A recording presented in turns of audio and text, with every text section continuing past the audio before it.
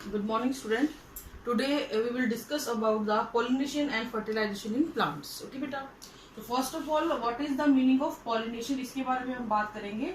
Pollination आप छोटी class में पढ़ के आए हो, थोड़ा सा और उसको बड़ा हम कर देंगे. Transfer of pollen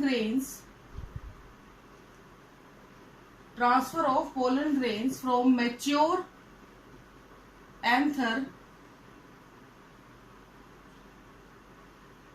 to its stigma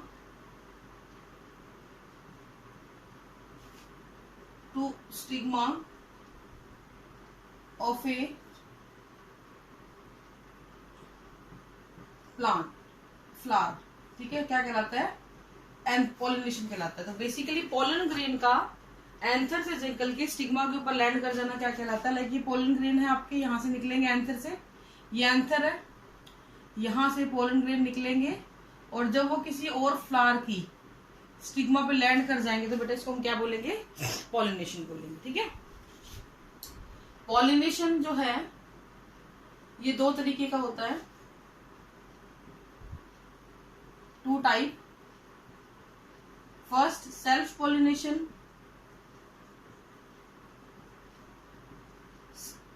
और सेकंड क्रॉस पॉलिनेशन. नाम से आपको समझ में आ रहा होगा, सेल्फ और क्रॉस पॉलिनेशन, या फिर इसको बोल देते हैं ऑटोगेमी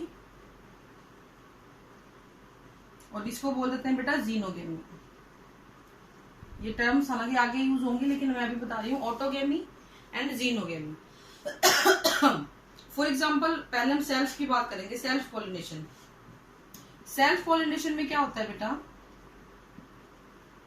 लाइक एक फ्लावर है आपके पास, एक प्लांट है ऐसे, उसपे दो फूल लगे हुए हैं, एक ये लगा हुआ है और एक थोड़ा सा दूर लगा हुआ. ठीक है, ओके. अब अगर इस फ्लावर के पोलन ग्रेन उड़ के इसी फ्लावर की स्टिग्मा के ऊपर गिर जाए तो इसको हम बोलते हैं सेल्फ पोलिनेशन. या फिर इस फ्लावर के पोलन ग्रेन उड़ के इसी प्लांट के किसी दूसरे फ्लावर की स्टिग्मा पे गिर जाए तो भी इसको हम क्या बोलेंगे बेटा? Self pollination. इसमें क्या, इसको कैसे लिखेंगे हम लोग? It is the transfer of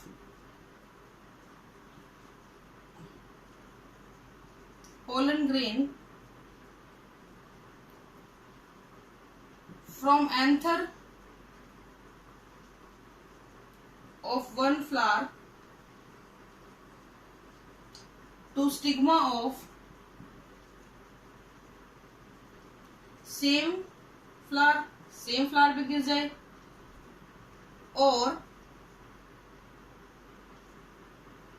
different flower of same plant. Different flower of same plant. ये मैंने आपको बताया इस डायग्राम से कि या तो वो इसके ऊपर ही गिर गया तो भी सेल्फ है और ये यहाँ पे आ गया तो भी सेल्फ है. लेकिन बड़ी क्लासेस में इसको बोला गया है ऑटोगेमी और इसके लिए एक और टर्म दी गई है नीटोगेमी. ठीक है, तो आपको अगर आपको ठीक लगता है तो आप इसको याद कर सकते हैं, अदरवाइज ऐसे भी चल जाएगा कि सेल्फ पॉलिनेशन ही है. ठीक है बेटा. नेक्स्ट हम बात करते हैं क्रॉस पॉलिनेशन की. क्रॉस पॉलिनेशन क्या होता है? जीनोगेमी या क्रॉस पॉलिनेशन. फॉर एग्जांपल दो फ्लावर्स हैं आपके पास, दो प्लांट है,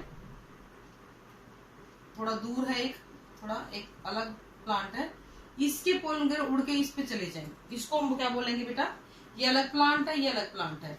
तो pollen grain, transfer of pollen grain from anther of one flower to stigma of another flower of another plant. पौधा भी दूसरा होगा, फूल भी दूसरा होगा, तो इसको हम क्या बोलेंगे बेटा? Cross pollination. देखो सेल्फ पॉलिनेशन में no need of external agent. यहाँ पे एजेंट्स की आवश्यकता नहीं पड़ती है, लेकिन क्योंकि इसने ट्रांसफर होना है, एक जगह से दूसरी जगह पे जाना है, तो यहाँ पे ट्रांसफरिंग एजेंट्स की जरूरत होती है. Need of transferring agent for pollen grain.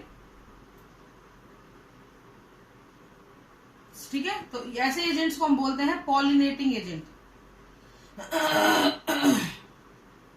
Pollinating agents जो कि पॉलिनेशन में हेल्प करते हैं. ये दो तरीके के होते हैं बेटा, बायोटिक एजेंट और एबायोटिक एजेंट. ओके, बायोटिक में आपके आ जाएंगे बर्ड, लिविंग जो भी होते हैं, इंसेक्ट, बैट, मोलस्क, ठीक है, ये आ जाएंगे। एबायोटिक में आपका आएगा विंड एंड वाटर। तो these are certain agents which help in the transfer of pollen grains from one plant to another plant. This is about the pollination, ठीक है। नेक्स्ट हम बात करते हैं बेटा फर्टिलाइजेशन इन प्लांट्स की।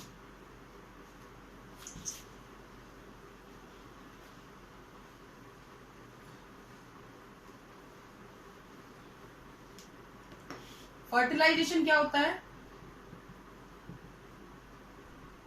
पढ़ा है आप लोगों ने फर्टिलाइजेशन के बारे में। फ्यूजन ऑफ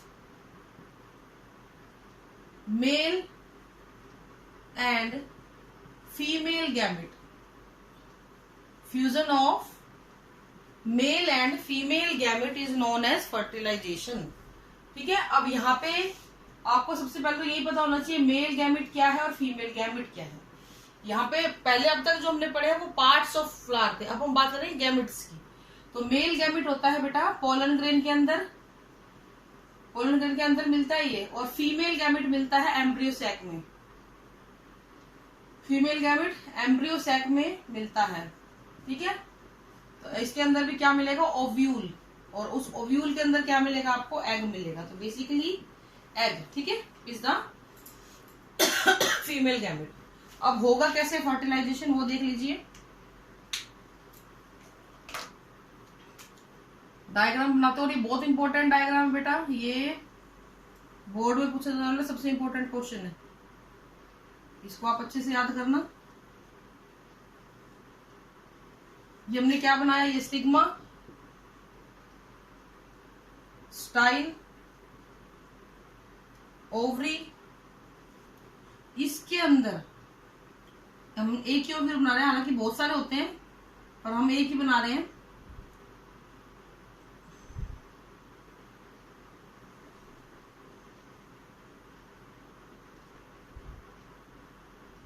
यहाँ पे ये एम्ब्रियो सैक,